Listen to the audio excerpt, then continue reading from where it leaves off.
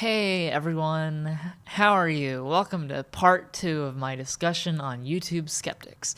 So in part 1 I talked about creationism and feminism and how skeptics movement from creationism to feminism as a source of ridicule, as a target for mockery, how that was sort of a misguided effort. If you want to know more about that, then go watch part 1. But in part 2, I'm going to talk about everyone's favorite topic, masculinity. So here's the thing. Masculinity is not an objective quality. It's more of a culturally sort of defined and sort of vaguely defined quality. And the most basic essence of masculinity is power. And power does not necessarily mean something bad. It can mean protecting others. It can mean sort of self-empowerment without being at the expense of others. But there is also masculinity at the expense of others, and that manifests itself in various ways. And that sort of ideal of empowering oneself through overpowering another is a big part of masculine expectations in our culture, but it's not inherent to masculinity. But because it's so ingrained in our culture, a lot of men feel an expectation and a pressure to overpower others. And this includes overpowering women through not just being stronger, but also sexual aggression and sort of heteronormativity. And they also have to empower other men through physical violence and sort of domination. And so that's not all that masculinity is, but that's what masculinity becomes reduced to by a culture that values those things. And at times, at the very least, our culture does. And so the thing about that is that masculinity used to be associated with physical things, physical aggressiveness, physical violence, physical strength. And that's kind of being changed by the influence of social justice and feminism and sort of the push towards more empathy, more compassion, and less violence. For example, cracking down on bullying in high schools was one example of a more modern day approach to what you could call emasculating men, but I would call sort of disempowering the toxic aspects of a masculine culture that we belong to. And so basically physical empowerment through domination has kind of become less meaningful in our current society, in a more feminist, more intersectional, more internet-based society. And with this change towards less bullying, less harassment, less violence, we haven't disempowered the idea of masculinity. We haven't disempowered the idea of specifically overpowering others and dominating others, which is not really always a good thing that we have that expectation. And I sympathize with men who feel that expectation, whether or not they act on it. The fact that they feel the obligation through society to feel at least pressure to act out on these sort of dominating urges or dominating expectations, at least. I sympathize with men who encounter that. And who sort of process that in various ways. I think that mental health is not good when it comes to the people that have this expectation put on them. And that is covered in part 1 of this video, where I talked about how feminism is a framework for making the world a better place through equalizing gender. And if we equalize gender by disempowering the toxic aspects of our masculine culture, that will help men's mental health become better. And the thing is that because it's so ingrained in the culture, it's hard to get rid of. It's hard to convince men to want to let go, especially when wanting to let go will make other men target them for being feminine or gay or at worst faggots or cucks, which we'll get to in a second. And so when men are sort of scared to let go of masculinity, they feel more pressure to reinforce it.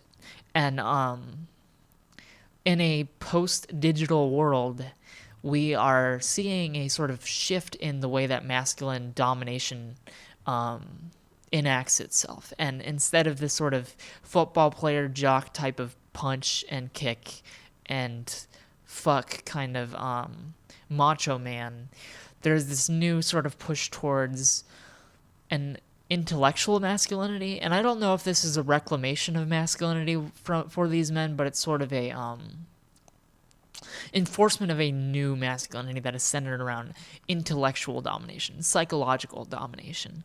And this is where troll culture comes from. It's also where the pickup artist kind of culture comes from, and it's also where things like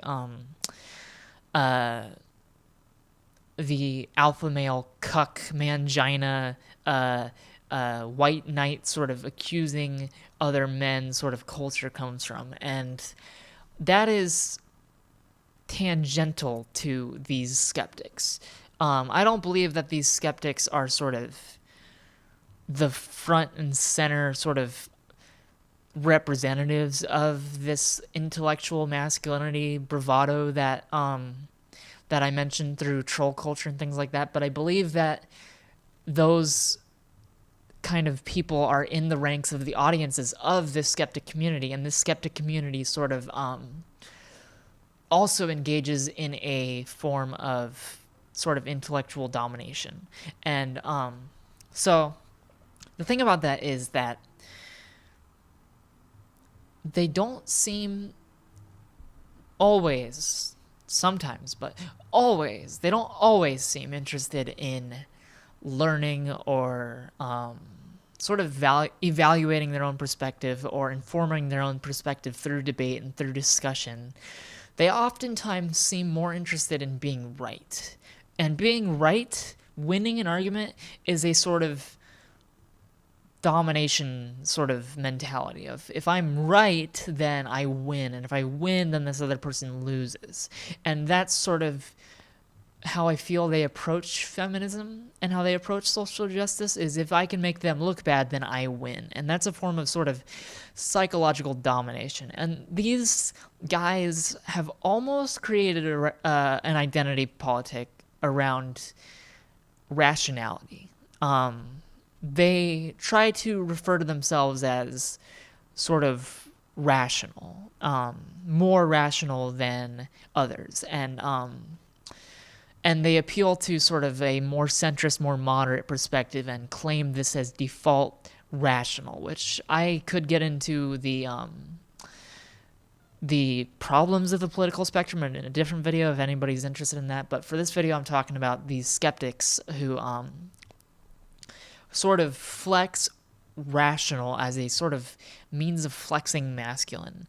And when they do that, when they call themselves rational or any sort of similar thing, what they do is they construct an identity of being a rational person, and then they sort of poison the well against people that they're talking to or that they plan on debunking or they plan on talking to by framing themselves as a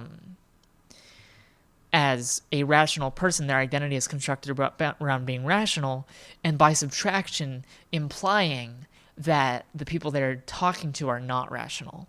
And so they assume themselves to be rational, they assume the opposition to be irrational, and they implant, through referring to themselves that way, they sort of implant that idea into their audience that they are already rational and that the opponent is already irrational, and that sort of poisons the well for conversation, which ironically creates an echo chamber, which I'm not saying that, well, not that it creates an echo chamber, but it encourages one. And even if those skeptics might not be in an echo chamber themselves, I feel like their fan base creates one surrounding them. And so when they construct this sort of rational assumption about themselves, this sort of rational assumed character trait, they basically say through that they've won the argument already, that the argument is already over and they are already the winner because they are rational and the other team is not rational. And when they do this, it's sort of a sort of bravado, sort of flex of masculinity. It's this sort of I'm tough. I have a tough mind. I'm secure in my knowledge, and I am strong, and I am stronger than my opponents. That's kind of what they're doing, and that's not necessarily a bad thing. But like I said, it sort of constructs and encourages an echo chamber among their fan base, and it also ends conversations before they can get anywhere meaningful, and so it's kind of interesting. They're kind of an interesting study point about the way in which masculinity has altered through the course of internet culture. And if they wonder why alt-righters follow them, if they wonder why men's rights activists follow them and sort of fringe groups follow them, it's not necessarily what they say, it's more how they frame themselves. And I don't hate those people I don't hate the skeptics at all. Actually, sometimes I have respect for them. Sometimes what they say I can't respect. But ultimately, constructing this kind of winner, sort of better than you mentality, which I saw especially with a guy like Sargon and Teal Deer, guys like that, constructing and sort of I've already won the argument thing is, I think, a little childish, and I think it's reflective of an expectation of being stronger rather than being useful in any sort of dialogue about how to make the world a better place. And so that is one of the main flaws of anti-feminism that I think is demonstrated through these skeptics, is that because they're more interested in winning, they're less interested in working towards a better world. And that's kind of where the egalitarian, quote-unquote, mindset comes from, where they refer to themselves as egalitarian, ironically ignoring that intersectional feminism is sort of by definition an egalitarian perspective, while still retaining the term feminism, which has a sociological framework to work with. And egalitarian is this sort of reactionary anti-feminist, I'm right because I use a different term. And doing that shuts down meaningful conversation. And I sympathize with the desire to feel right and to feel strong and to look strong in front of other people. But that's not going to get us anywhere. And that's not going to get the guys who do that anywhere.